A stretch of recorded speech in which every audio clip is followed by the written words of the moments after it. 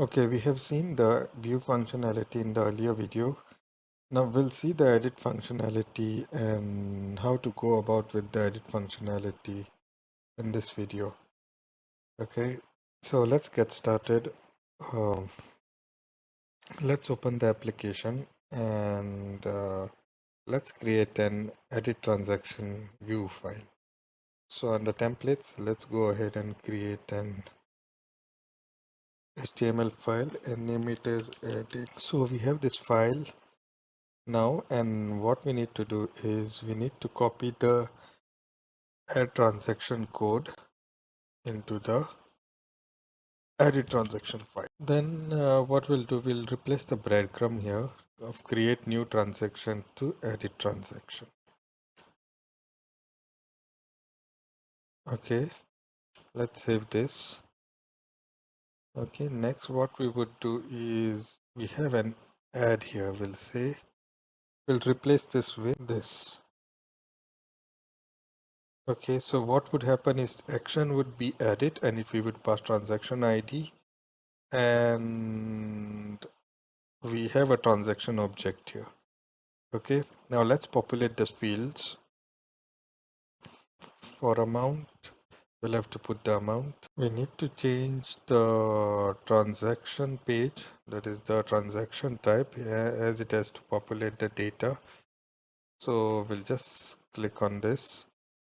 And now we have income and expenses. Whichever is checked will be shown in the panel, edit panel, the drop down. So once we have this form, and we'll say update transaction here, update transaction here, and save this. So now let's go to the controller. Okay, and let's add a function in the controller. So we'll have add an edit function that would display the edit page. First, we would get the transaction data from the transaction service. So we'll get it by the ID. And then what we would do is we would set the data to the view. So model.add attribute will set the data to the view. So transaction data will be added to the view along with the page title that will be added to the view. You can add additional parameters if you wish to add more. So the view that will be returned is edit transaction. Okay, now let's save this and let's run application. Okay, the server has been restarted, and let's reload the page, and let's go to edit, and we can see edit transaction here. So this also should be edit transaction, but we can see that the date is not showing up here. So we'll see why this is not happening. We'll change this to edit transaction. So in order for date to work, we need to add an annotation to the transaction model. We'll go ahead to the transaction model, and just below the date, okay, just below the date, we'll add another annotation here, that is date time format. Okay, we'll add this, and we'll rerun the application to check if it is working. Okay, we'll rerun the application, and we can see once we added the annotation, the date is working. The date value is getting auto-populated. Okay, now we need to create a post route to update the database, to update the table in the database. So we'll go ahead and create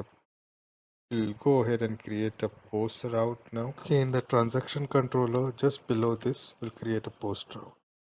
You can see post mapping is edit, and it takes ID. Then it takes the path variable, then it takes the form validations. It would check the form validation we have specified in the product model, the transactions model. And we are binding the results. And this redirect attribute is to the update the success or the failure message. Okay, if any errors, we are redirecting to the edit transaction page. And then we are setting the transaction ID here, set ID, from the setters method. Then we are updating the transaction repository and using save transaction. Okay, then we are, if the transaction is saved, we are redirecting user to success message and transaction updated successfully. So let's save this and let's rerun the application. If we reload the application, okay, and if I change this to suppose 200, and I could say 200, and I could change the description. Got a laptop. So my description is I got a laptop, and I'll update the transaction, and you can see the data has been updated in the database. So next we'll work on the delete operation in the next video. Also, one more thing we'll add here is transaction type. We have not added a transaction type here, so let's add that also. So if I go to the transactions view, okay, we have gone to the view, and I can add a new column here. Okay, I'll just add after date. That will be tran type. Okay, so transaction type will be either income or expense.